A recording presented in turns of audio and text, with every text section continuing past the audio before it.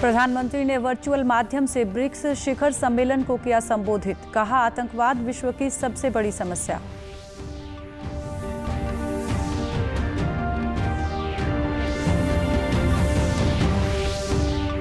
भाजपा प्रदेश अध्यक्ष ओम प्रकाश धनखड़ ने रोहतक में पार्टी कार्यकर्ताओं की कार्यशाला को किया संबोधित। कहा, पार्टी की नीतियों से अवगत कराने के लिए भाजपा प्रदेश में 30,000 कार्यकर्ताओं को प्रशिक्षित करेगी।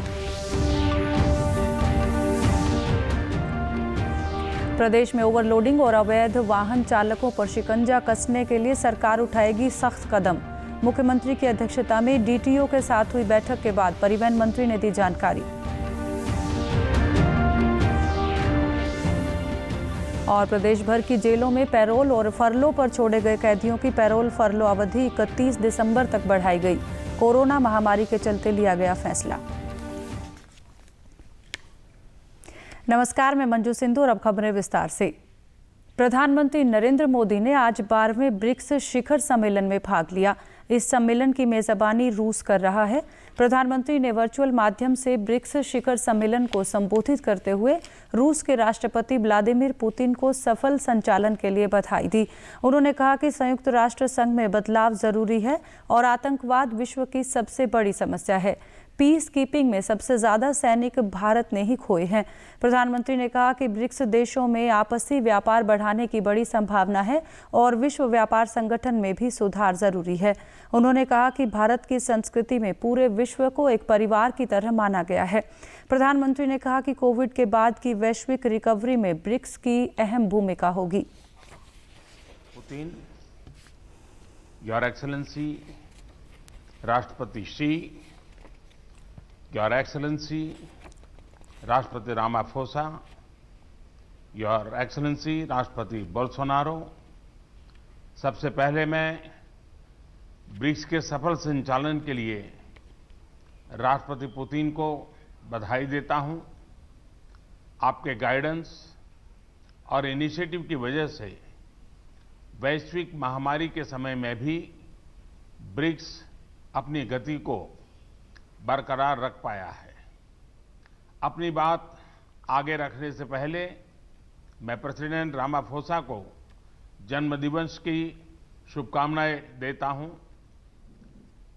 एक्सेलेंसीज, इस साल के समिट का theme BRICS partnership for global stability, shared security and innovative growth प्रासंगिक तो है ही, किंतु दूरदर्शी भी है। भारतीय जनता पार्टी प्रदेश में अपने मंडल स्तर के नए कार्यकर्ताओं को पार्टी की नीति और विचार से अवगत कराने के लिए सभी 30 मंडलों के लगभग 30,000 कार्यकर्ताओं को प्रशिक्षित करेगी। प्रदेश पार्टी का ये कार्यक्रम भाजपा के इस संबंध में शुरू किए गए राष्ट्रीय कार्यक्रम का हिस्सा है। भाजपा प्रदेश अध्यक्ष ओम प्रकाश धनखड़ ने आज रोहतक में पार्टी कार्यकर्ताओं की कार्यशाला को संबोधित करते हुए जानकारी दी। इस कार्यशाला में भाजपा के राष्ट्रीय सह संगठन मंत्री वी सतीश और भाजपा के नए प्रदेश प्रभारी विनोद तावड़े वर्चुअल तौर पर जुड़े। इस अवसर पर ओम प्रकाश धनखड़ ने कहा कि पार्टी की ओर से इस माह के अंत में प्रशिक्षण कार्यक्रम आयोजित किए जाने हैं और उसी कड़ी में ये कार्यशाला आयोजित की गई है। उन्होंने बताया कि भाजपा प्रभारी विनोद तावड़े और सह प्रभारी अन्नपूर्णा देवी 25 नवंबर से प्रदेश के नेताओं के साथ बैठकों का दौर शुरू करेंगे। हर प्रशिक्षण में शिविर में लगभग 100 मंडल के प्रमुख कार्यकर्ता उपस्थित रहेंगे। इस तरह से 30,000 कार्यकर्ताओं का प्रशिक्षण आगामी 1.5 महीने में होने वाला है, जिसकी शुरुआत हमारे मंडल अध्यक्षों के प्रशिक्षण से होगी और मंडल अध्यक्षों के 3 प्रशिक्षण शिविर हरियाणा को 3 हिस्से में विभाजित करके कुरुक्षेत्र, हिसार और गुड़गांव में रखे गए हैं। इसमें 300 के 300 मंडल अध्यक्ष उपस्थित रहेंगे। जिला अध्यक्ष, जिला प्रभारी, पूर्व जिला अध्यक्ष, इससे सब प्रमुख लोग भी उपस्थित रहेंगे। इन प्रशिक्षण शिविरों में पार्टी के सभी वरिष्ठ नेता वो प्रशिक्षण देने के नाते जाने वाले हैं। मैं स्वयं इन तीनों शिविरों में रहने वाला हूँ। हमारे नवनियुक्त प्रभारी श्री विनोद तावड़े जी, वो इन तीनों प्रशिक्षण शिविरों में रहने वाले हैं।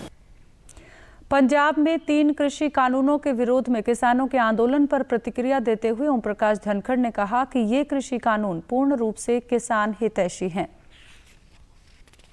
तीनों कानून किसानों के पक्ष के हैं और ऐच्छिक हैं, कोई जबरदस्ती थोड़ी लागू कर रहा है। किसी ने उन कानूनों से लाभ लेना है तो लो, ना लेना तो ना लो। कोई कानून किसी किसान पर उसको जबरन फिर फसल बेचनी पड़ेगी? नहीं, उसको जबरन किसी से के साथ समझौता करना पड़ेगा? ऐसा थोड़ी है। मर्जी की है, कोई लाभ लेना चाहता है। एक वैकल्पिक व्यवस्था की गई है, रेल पहले से जाती है, एक नई बस चला दी, जिसको रेल में जाना रेल में जाओ, बस में जाना बस में जाओ। परिवहन मंत्री मूलचंद शर्मा ने कहा है कि प्रदेश में ओवरलोडिंग और अवैध बसों सहित अवैध वाहन चालकों पर शिकंजा कसने का सरकार ने फैसला किया है। आज चंडीगढ़ में मुख्यमंत्री मनोहर लाल की अध्यक्षता में डीटीओ के साथ हुई बैठक के बाद उन्होंने ये जानकारी दी। परिवहन मंत्री ने कहा कि डीटीओ को निर्देश दिए गए हैं कि वो पार्किंग की व्यवस्था और ट्रांसपोर्ट नगर बनाने की व्यवस्था पर काम करें। उन्होंने कहा कि प्रदेश में परिवहन व्यवस्था के लिए जो नए नियम बनाए हैं उसके आधार पर तमाम नियुक्ति कर दी गई हैं। परिवहन मंत्री ने कहा कि रोडवेज की बसें अब दिल्ली समेत उन सभी राज्यों में जा रही है जहां पहले जाती थी। जो भी ओवरलोडिंग, अवैध बस जो सरकार को चूना लगाते हैं उसके संदर्भ में मीटिंग ली है और सख्ती के साथ ये कार्रवाई करेंगे। चाहे ओवरलोडिंग का मामला हो, चाहे जो प्राइवेट व्हीकल जो चल रहे हैं जो चूना लगाते हैं सरकार को, ऐसी जितने भी व्हीकल हैं उन सख्ती के साथ उनको निपटेंगे। जहां शहर में पार्किंग है, पार्किंग की व्यवस्था करेंगे। जहां अपना ट्रांसपोर्ट नगर बनाना है उसकी जिम्मेदारी ट्रांसपोर्ट नगर की व्यवस्था करेंगे, सभी डीटीओज की जिम्मेदारी है। ये पहला हमारा मीटिंग थी, परिचय था और इस तरह की मुख्यमंत्री जी ने डायरेक्शन दी। ये मशीन 42 मशीन इस तरह की ला रहे हैं और पूरे हरियाणा प्रदेश में ये सब डीटीओज के पास और दूसरे असिस्टेंट सेक्रेटरी उनके साथ रहेंगे और पूरे हरियाणा प्रदेश में इनसे काम चलाएंगे। नियुक्ति हो चुकी है, कुछ बाकी हैं। जो लोग ईमानदारी से ट्रांसपोर्ट में काम करेंगे, किसी महकमे से लाने पड़े, ईमानदारी के साथ काम करेंगे। ट्रांसपोर्ट को जो भ्रष्टाचार है उसको मुक्त करेंगे और धीरे धीरे जहां भी अधिकारी हो तो वो भी लाने का प्रयास करेंगे। नई भर्ती भी हो वो भी करेंगे। प्रदेश भर की जेलों में पैरोल और फरलो पर छोड़े गए कैदियों की पैरोल फरलो अवधि 31 दिसंबर तक बढ़ा दी गई है। जेल मंत्री चौधरी रणजीत सिंह ने बताया कि कोरोना महामारी के चलते समीक्षा बैठक में यह फैसला लिया गया। इस बैठक में हाईकोर्ट के जज राजीव शर्मा, गृह सचिव और डीजीपी ने हिस्सा लिया। इस अवसर पर चौधरी रणजीत सिंह ने बताया कि 7 साल से कम सजा वालों और अच्छे आचरण वाले कैदियों को कोरोना के चलते राहत दी गई थी, लेकिन अब ये फैसला उन सभी कैदियों पर लागू होगा जो पहले से पैरोल पर हैं। उन्होंने बताया कि प्रदेश की जेलों में करीब 7 से 8 हजार कैदियों को कोरोना महामारी के चलते पैरोल दी गई थी। को छोड़ रखा है कोरोना करके कि उन्हें पैरोल पे आगे दी जाए, क्योंकि वो ख़त्म हो रही थी। तो उस पर उन्होंने परमिशन दे दी कि इसे डिसाइड करा कि 31 दिसंबर तक जितने कैदियाँ जो बाहर जा रहे हैं उन्हें फिर पैरोल पे रखा जाए। तो जितने हमने लोग छोड़े थे वो सब पैरोल पे रहेंगे। 31 दिसंबर तक बढ़ा दी गई। 7 और 8 हज़ार के बीच में कुछ आंकड़ा, एग्जैक्ट नंबर तो मुझे ध्यान नहीं, 7 और 8 हज़ार के करीब है रही हैं। इसमें जो 7 साल से कम सज़ा हैं, जिनका आचरण बढ़िया रहा है, जो जेलों से छूट के गए फिर टाइम से अपने जेल में वापस आके हाजिर हो गए, कई लोग नहीं होते फिर उन्हें पकड़ के जमानतें कैंसिल होती है, आके लाते हैं। तो जो ठीक आचरण था, गुड कंडक्ट के लोग थे, उन्हें सबको छोड़ा। राज्य सरकार ने 30 नवंबर तक राज्य व्यापार सुधार कार्य योजना के 100% क्रियान्वयन की दिशा में महत्वपूर्ण प्रगति करते हुए सरकारी विभागों के साथ ease of doing business ranking के लिए कवायद तेज कर दी है। अब तक 8 विभागों ने सुधार बिंदुओं पर 100% लक्ष्य हासिल कर लिया है। मुख्यमंत्री मनोहर लाल ने कल चंडीगढ़ में ईज ऑफ डूइंग बिजनेस के संबंध में हुई एक बैठक में ये जानकारी दी। उन्होंने बताया कि राज्य व्यापार सुधार कार्य योजना में 301 बिंदु हैं, जिनमें से 209 बिंदु अब तक संबंधित विभागों द्वारा कार्यान्वित किए गए हैं, जबकि 70 बिंदुओं पर कार्य किया जा रहा है। मुख्यमंत्री ने संबंधित विभागों को उचित समन्वय सुनिश्चित करने और सभी सेवाएं निर्धारित समय में ऑनलाइन करने के निर्देश दिए। मुख्यमंत्री मनोहर लाल ने अधिकारियों को निर्देश दिए हैं कि मानव संसाधन प्रबंधन प्रणाली पोर्टल पर बोर्ड, निगमों, विश्वविद्यालयों सहित सभी कर्मचारियों का डाटा संबंधित नोडल अधिकारियों द्वारा 30 नवंबर तक अपलोड किया जाए। इसके अलावा मुख्यमंत्री ने अधिकारियों को ऑनलाइन आरक्षण रोस्टर प्रणाली बनाने और रिक्त पदों पर सीधी भर्ती करने के लिए भर्ती एजेंसियों को पदों की जानकारी देने के लिए एक ऑटोमेटेड सिस्टम विकसित करने के भी निर्देश दिए। मुख्यमंत्री कल चंडीगढ़ में मानव संसाधन प्रबंधन प्रणाली पोर्टल की समीक्षा बैठक की अध्यक्षता कर रहे थे। बैठक में कर्मचारियों को मिलने वाले लाभ और कल्याण से संबंधित विभिन्न मुद्दों पर भी चर्चा की गई। मुख्यमंत्री मनोहर लाल कल अकादमी परिसर पंचकूला में स्थापित 3 कालजयी साहित्यकार संत कवि सूरदास, बाबू बाल मुकुंद गुप्त और लोक कवि पंडित लक्ष्मी चंद की प्रतिमाओं का लोकार्पण करेंगे। अकादमी के निदेशक डॉक्टर चंद्र त्रिखा ने बताया कि इस कार्यक्रम में कई प्रमुख साहित्यकार और सभी अकादमियों के पदाधिकारी उपस्थित होंगे। उन्होंने बताया कि प्रतिमा लोकार्पण के अगले चरण में महाकवि सूर्यकांत त्रिपाठी निराला, राष्ट्रकवि रामधारी सिंह दिनकर और महान कवयित्री महादेवी वर्मा की प्रतिमाएं भी लगाई जाएंगी। इनके प्रकाशित साहित्य पर शोध के लिए अकादमी परिसर में ही एक विशेष अध्ययन केंद्र भी स्थापित किया जा रहा है। इस लोकार्पण समारोह में पंडित लक्ष्मी चंद के पौत्र और बाबू बाल मुकुंद गुप्त के वंशजों को भी सम्मानित किया जाएगा। पंजाब केसरी के नाम से विख्यात महान स्वतंत्रता सेनानी लाला लाजपत राय की आज पुण्यतिथि है। लाला लाजपत राय एक ऐसे वीर सेनानी थे जिन्होंने देश के लिए अपना सब कुछ न्यौछावर कर दिया। राष्ट्र आज उनको नमन कर रहा है।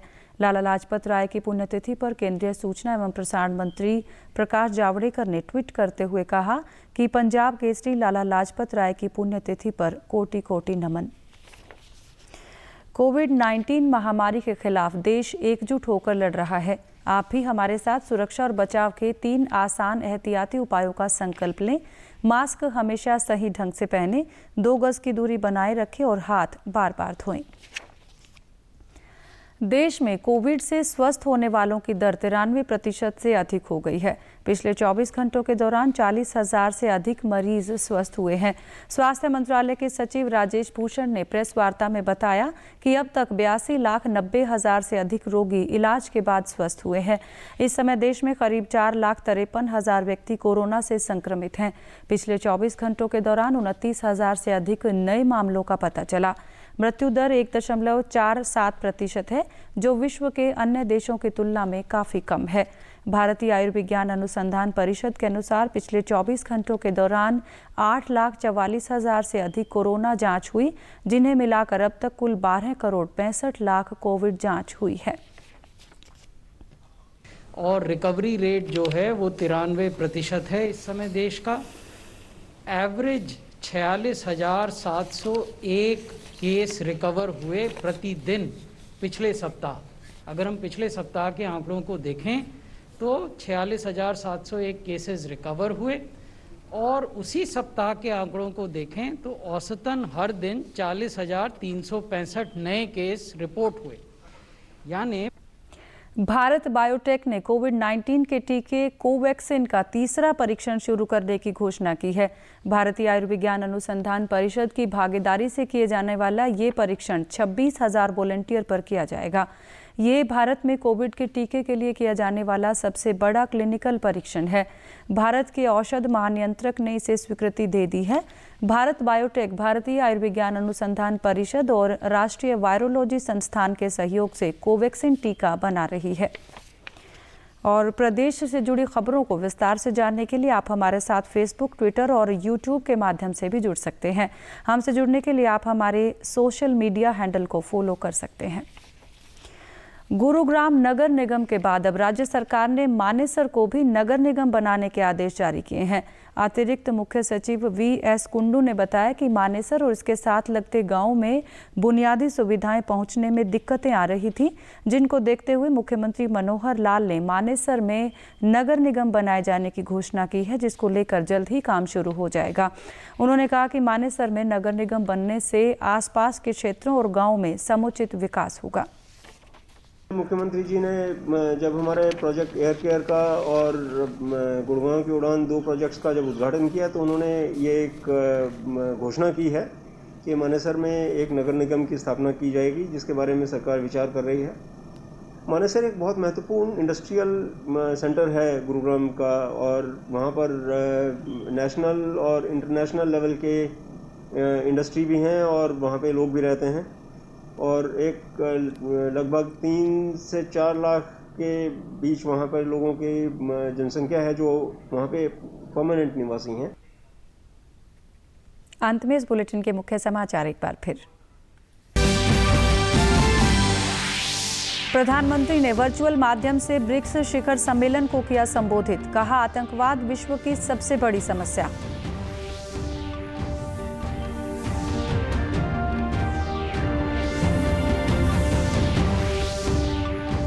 भाजपा प्रदेश अध्यक्ष ओम प्रकाश धनखड़ ने रोहतक में पार्टी कार्यकर्ताओं की कार्यशाला को किया संबोधित, कहा पार्टी की नीतियों से अवगत कराने के लिए भाजपा प्रदेश में 30,000 कार्यकर्ताओं को प्रशिक्षित करेगी।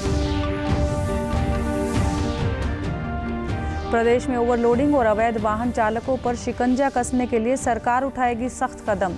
मुख्यमंत्री की अध्यक्षता में डीटीओ के साथ हुई बैठक के बाद परिवहन मंत्री ने दी जानकारी।